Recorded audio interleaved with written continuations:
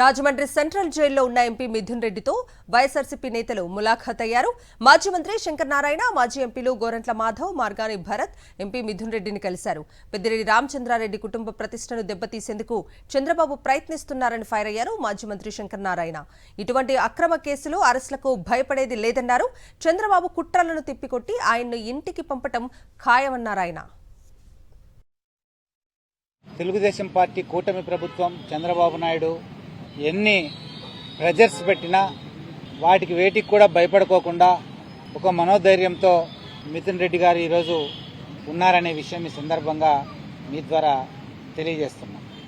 కొన్ని అద్భుతమైనటువంటి కల్పనలు చేసి ఒక ఫిక్షీసియస్ ఎవిడెన్స్ క్రియేట్ చేస్తూ ఎలాగైనా పెద్దిరెడ్డి రామచంద్రారెడ్డి గారి ఫ్యామిలీని, అలాగే గౌరవ జగన్మోహన్ రెడ్డి గారి ఇమేజ్ని తగ్గించాలా, భంగపరచాలనే ఆలోచనతో చంద్రబాబు నాయుడు ముందుకెళ్తున్న విషయం ఈ సందర్భంగా మీ ద్వారా కూడా సభ్య ప్రపంచానికి తెలియజేసుకుంటున్నాం. భవిష్యత్తులో చంద్రబాబు నాయుడు, ఈ కూటమి ప్రభుత్వం దీనికి ఏదైతే ఈ అక్రమ అరెస్టులు ఉన్నాయో ఈ అక్రమ అరెస్టులకు మూల్యం చెల్లించుకోక తప్పదు. తప్పుకోకుండా చంద్రబాబు నాయుడును ఈ రాష్ట్ర ప్రజలు ఇంటికి పంపుతారని కూడా ఈ సందర్భంగా తెలియజేసుకుంటూ హెచ్చరిస్తున్న ఈ ప్రభుత్వం.